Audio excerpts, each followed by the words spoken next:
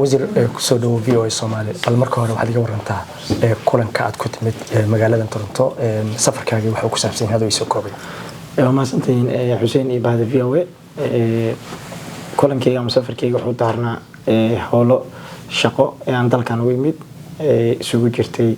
mid aan la kulmo aan leeyahay official government halkan iyo mid aan inaan qayb ka ahaado munaasabada xiritaanka maxay tole maalintan weyn ee Somali Week ama xiritaanka ciyaarahan ay isugu yimaadaan thousands dhalinyaro ah madashaas inaan qayb ka ahaana sanadkan markii ugu horeysay watahay Canada joogtaa waxaan ognahay dawladda Canada taageero kala duwan ay siisaa Soomaaliya barnaamijyo badan ay maalgelisaa oo kuwa dhalinyarada lagu horumarinayo ku jiraan waxa wasiirkii dhalinyarada iyo ciyaaraha ama sportiga qorshahaagu ma yahay inta badan Canada hadii aan ku daro lacagahaas waxay marsiisaa qaramada midoobay sida UNDP oo kale ma jira qorshe in dawladda Soomaaliya gaar ahaan wasaaradaadu ay toos xiriir u yeelato dhigaaga halkan si barnaamijyada dhalinyarada lagu horumarinayo toos dawladda Soomaaliya loo gaarsiiyo runtii horta qayb way ka tahay oo waxyaalaha hadda kulamada aan halkan raba duleera markaan is aragnaa aan kala hadli doono saasi la mid ahna hay'adaha qaramada midoobay ama hay'adaha ka dhawaajisay hadda horumarinta qaabilsan UNDP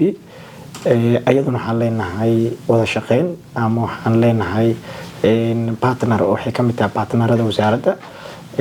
runtii haddan waxaan ka wada shaqeynaynaa howlo aad muhiim ah ay ugu horeyso madasha liira ama hawshan la yiraahdo YPS ama Youth Peace and Security marka ayaduna waxa waaye qayb oo aan wada shaqeyn fiican leenahay halkaas waxaan rajaynaynaa insha Allah labada dhinac si xoojin doona watahay marka laga hadlayo qorshaha qaran dhalinyarada wasaaradaadu hal iyo laba ma jirtaa qorshe qoran oo lagu horumarin doono dhalinyarada xitaa hadii lacag badan iyo waqti ay u baahan tahay isleedahay leeyahay koow iyo laba ayaa noo degsan lagu horumarinayo dhalinyarada runtii wasaaraddu waxay leedahay oo markaan imaadana hirgeliyay wax la yiraahdo siyaasadda qaran ee dhalinyarada Soomaaliyeed ama Somali National Youth Policy kaasoo ka kooban 10 tiir kana yimid baahi wasaaradda dhalinyarada ay markii la sameeyay la tashiyo madala kala duwan oo sameeyay dhalinyarada heer state gobol degmo isu keentay xogtooda aroorisay kadibna soo gulaanday 10 qodob ee dhalinyarada ka soo saareen 10 kaas qodob horgeysay xukuumadda soo ansixisay kaasna hadda ay publish gareysay kuna jiro meel walba page-ka wasaaradda iyo madalada aan dhalinyarada u sameeyay saas la mid waxaan ka qornay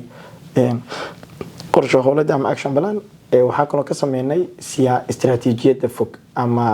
qorshaha fog ee horumarinta dhalinyarada oo 5 sano ah siyaasaddan waxay ku jaan go'aanta 7 sano qorshaha horumarinta dhalinyarada fogna ee wasaaraddu ka qortay isla siyaasaduna waxay ku base garaysan tahay 5 sano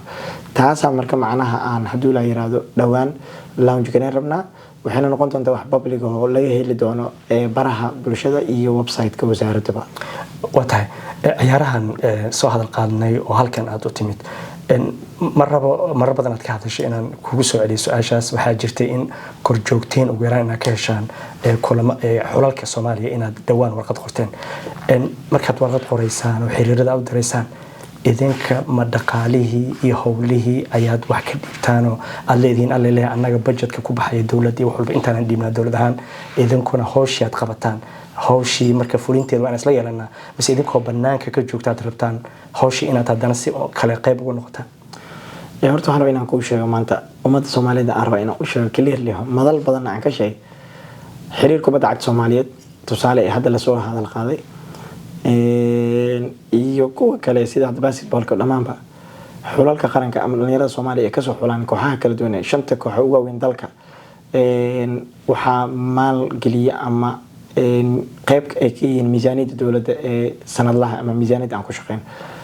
dawladda ayaa maalgelisa waxa ay dawladdu maalgelisa waa waxa aan arabno inaan kula xisaabtano qaranka Soomaaliya wuxuu ka kooban yahay labo dhalinyaro mutadawiciin oo qurbaha ku koray kooxo u dheela akademiya ka tirsan oo aan qurbaha laga waco iyo kuwan gudaha laga soo qaado xulalka 5 koox ugu waaweyn ee dawladda iyo kuwa la midka ah kooxaas markaa fiiriso waxaa maalgeliyay dawladda Soomaaliya waxay ka mid yihiin qayb miisaaniyadda dawladda hadaan ku carbaabo kooxda Heegan kooxda Horseed kooxda dawladda hoose ee MCC kooxda dekadaha kooxda gaadiidka dhamaantood waxay ku baxaan miisaaniyadda dawladda budgetka dawladda aan bixisa marka taas anaga ka duuleyno iyo guud ahaanba qaranka Soomaaliya inuu yeesho awood iyo tayo ayaan u sameynay hawshan korjoogteynta waana waajibna saaran anaga wasaaradda wada qurbajoogta soo hadal qaaday iyo kaalinta ay ku leeyihiin ciyaaraha in halkan ciyaartoy laga diray oo xagga kulamo ku soo ciyaaro dabcan natiijo fiican ka keenay aragtidina waa sidii ku aadan ama siyaasadda aad ka leedihiin dhalinyaradan qurbajoogta ah ee xirfadda leh ee markaa la isdhihi karo Soomaaliya ee heerarka kala duwan basket iyo kubadda cagtuba way gaarsiin karaan heer caalami runtii waxaan aaminsanahay in dhalinyarada qurbaha wax ku baratay ku kortay akademiyada sportska kala duwan heer kala duwan sportska haday ahaan leed orado basket volleyball handball meel kasta ay ku jiraan football waxaan aaminsanahay inay wax badan wadankooda contribution gareyn karaan wax badan wadankooda ay qayb kala noqon karaan qorshaha aan wadnay horumarinta iyo dhisidda xulka qaranka ee awood iyo tayo fiican yeelata marka dhalinyaradan qurbaha ka timaadaan waxay qayb ka yihiin qorshahaas anaguna ka Soomaali ahaan manihin wadanka uu horeeyay fursadda samahashaas isticmaalo haddaad fiiriso wadamada waaweyn ee dawladaha waaweyn waxay maalin kasta u wacdaan ciyaartooy ayaga kuwada macnaha wadamo kale ka dheela kooxo kale ee wadamo kale qaarada kale ka dheela laakiin markay qaran timaado waa la soo xareeyaa qarankooda u sabtaa anagana saas oo kale waa dhalinyarada tahay xukuumadda aad ka tirsan tahay ee ra'iisul wasaare Xamza uu maaragtay hogaaminayo madaxweyne Xasan Sheekh oo dawladda madaxweyne ka yahay muhiimadeeda koobaad iyo labaad iyo saddexaad marka arrimaha dibadda laga soo tago waxay siisa la dagaalanka al-shabaab sidaan ognahay Soomaaliya dhalinyarada waa number inkastoo tirkoob sax la sameeyay waa number aad u badan wasaaradda dhalinyarada ayaad madax u tahay bal kaalin intee leeg ayaad kaga jirtaan dagaaladaas lagu jira al-shabaab maadaama ognahay dhalinyaro in la isticmaalo idin kaalin nooceebaad ku leedihiin xitaa ha noqoto mid wacyigelineed runtii horta kaalin aad weyn dhalinyaro Soomaaliyeed ka leeyihiin dadaalka ama maxaa la qorshaha socday dalka lagu xureyna kooxahan cadowga khawaarijta ee magaca ummadda ama magaca dhalinyarada Soomaaliyeed ummadda Soomaaliyeed ku dhibatay ka dhalinyarahan marka fiiristo taariikhda dib u baarto maanta xornimada Soomaaliya ku naaloonayso waxa keenay 13 dhalinyaro waxay qayb ama lafdhabar u ahaayeen xornimada dalka dhalinyarada maanta hadana marka waxay qayb u yihiin lafdhabar tusaale markaan ku siiyo ciidamada kala duwan maxaa la dhahaa hay'adaha amniga ama ciidamada qalabka sida cadowga kooxaha khawaarijta duurka ku baacsanaya askariga ku dhimanaya dhamaantood markaad fiiriso boqolkiiba 99 waa dhalinyaro